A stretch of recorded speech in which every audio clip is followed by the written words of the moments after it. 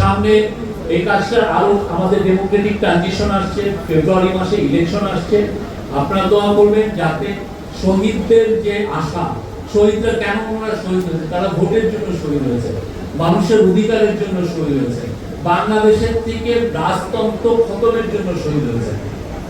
আমরা শেখ পরিবারের দাস দাসী ছিলাম, সেইখান থেকে তারা আমাদেরকে মুক্ত করে একটা ডেমোক্রেটিক কান্ট্রি করার জন্য তারা শহীদ হয়েছেন, আত্মদান করেছেন, শহীদ হয়েছেন। আমরা সেই জায়গায় যেতে চাই তারা যে, এবং আমরা চাই যে বাংলাদেশে এই ফেব্রুয়ারি যেটা ইলেকশন আসছে, বাংলাদেশের ইতিহাসে সবথেকে ফ্রি, ফেয়ার এবং উৎসব মুখর ইলেকশন হোক। আপনারা সবাই ইলেকশনে ভোট দিবেন, আপনার প্রার্থীকে বেছে নিয়ে যে প্রার্থী আপনার শহীদদের সাথে, যারা শহীদদের আমানতের যারা চ্যানেল করবেন, তাদেরকে ইলেক্টেড করবেন।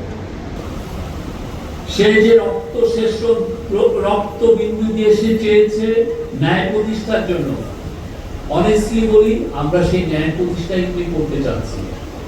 অনেকে বলেন যে আমাদের কাজ স্লো হচ্ছে বা কাজটা ঠিক মতো হচ্ছে না। আমরা বলবো যে আমরা ন্যায় প্রতিষ্ঠার জন্য যতটুকু করার দরকার সেটাই আমরা করছি।